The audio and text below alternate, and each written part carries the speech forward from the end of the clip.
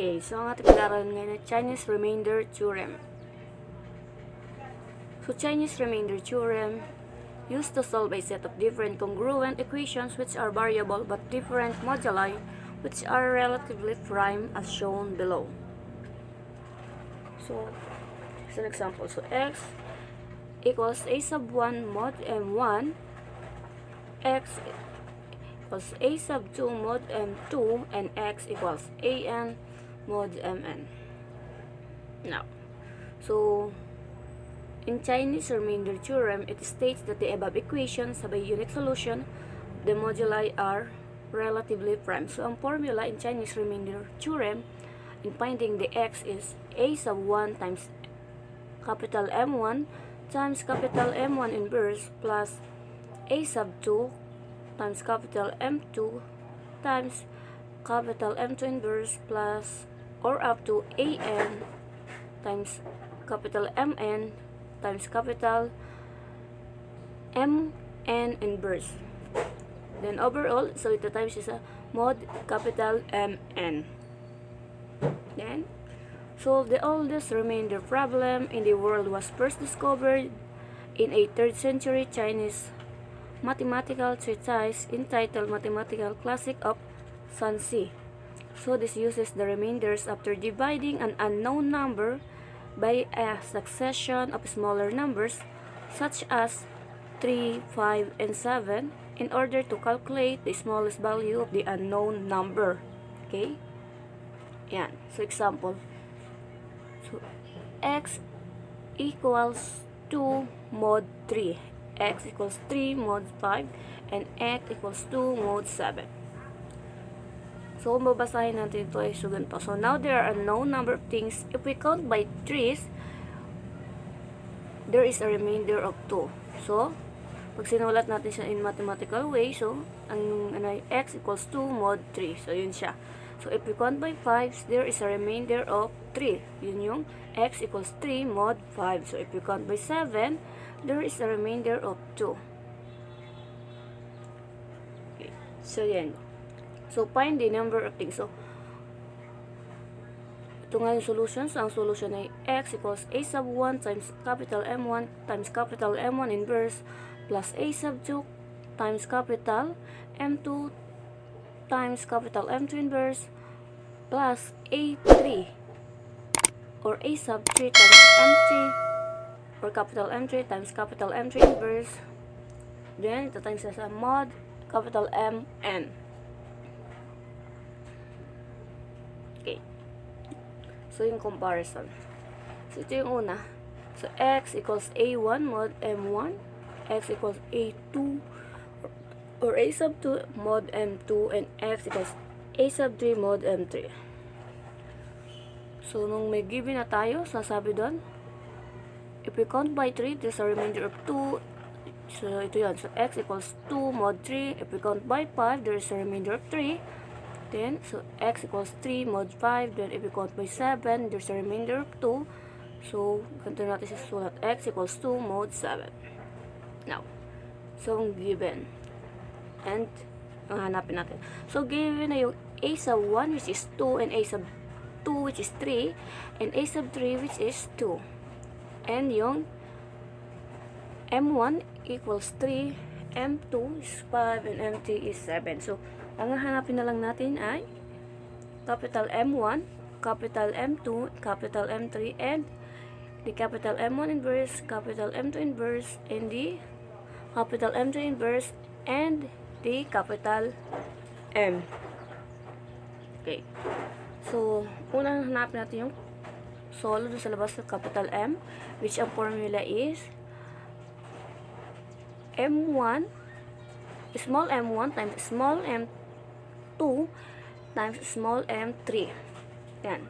So, ang value ng m1 is 3, ang value ng m2 is 5, and ang value ng m3 is 7. So, substitute natin yung value.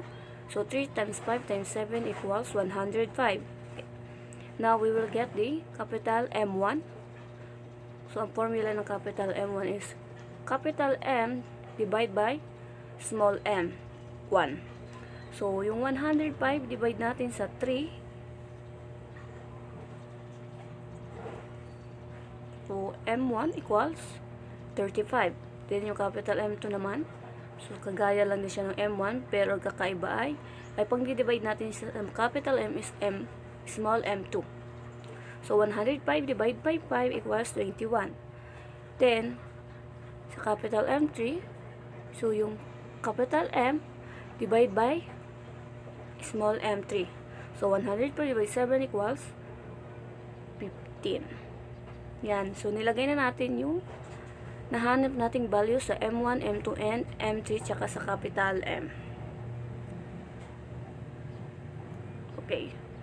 Now, let's find out the capital M1 inverse. So, ang formula is capital M1 times capital M1 inverse equals 1 mod M1. Okay. So, 35 yung naging sagot natin. Kanina nahanap natin sa capital M1. So, times capital M1 inverse equals 1 mod 3. So, try. So, dito hanap tayo ng dapat ang maging remainder niya is 1. So, let's try it. So, dito ginamit yung Euclid theorem. So, 35 times 1 equals 35 divided by 3. So, the remainder is 2. So, hindi siya pwede. Then, 35 times 2 equals 70 divided by 3. So, the remainder is 1. So, M1 inverse equals M1 equals 1. Sorry. Then, the capital M2 inverse, ang formula is capital M2 times capital M2 inverse equals 1 mod M1. So, substitute lang natin yung value ng capital M2 na nakuha natin, which is 21 times sa capital M2 inverse equals 1 mod. Then, substitute natin yung value ng M1, which is 5. Yan. So, 21. So, let's try 1 in capital M2 inverse. So, 21 times 1 equals 21. So, i-divide natin sa mod 5. So, 21 divide 5. So, the remainder is 1. So, capital M2 inverse equals 1. Then, sa capital M3 inverse naman.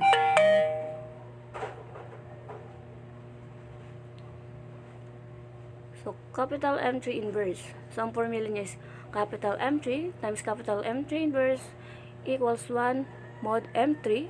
So, 15 yung value ng capital M3 na nahanap natin. So, i-times natin siya sa capital M3 inverse equals 1 mod 7.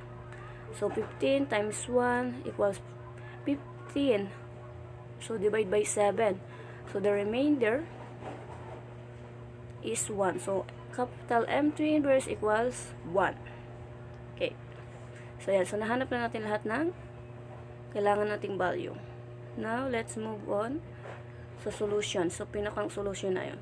So, sabi nga, ang ating formula S sa X is X equals A sub 1 times capital M1 times capital M1 inverse plus A sub 2 times capital M2 times capital M2 inverse plus A sub 3 times capital M3 times capital M3 inverse. Then, yung answer is times sa mod capital M N. So, now let's substitute the value of that overall. Okay. So, X equals 2 times 35 times 2 plus 3 times 21 plus 1 plus 2 times 15 times 1. Then, ita-times natin siya. So, 105 N. So, 2 times 35 times 2 equals 140. Bring down the 140. So, 3 times 21 times 1 equals 63. Then, 2 times 15 times 1 equals 30. So, 140 plus 63 plus 30 equals 233. Then, yung mod 105 times natin sa 2, which is 210. So, 233 mod 210. So, ang sagot ay X equals 23. Okay. So, thank you for watching. So, please subscribe to my YouTube channel for more Matlinaw update.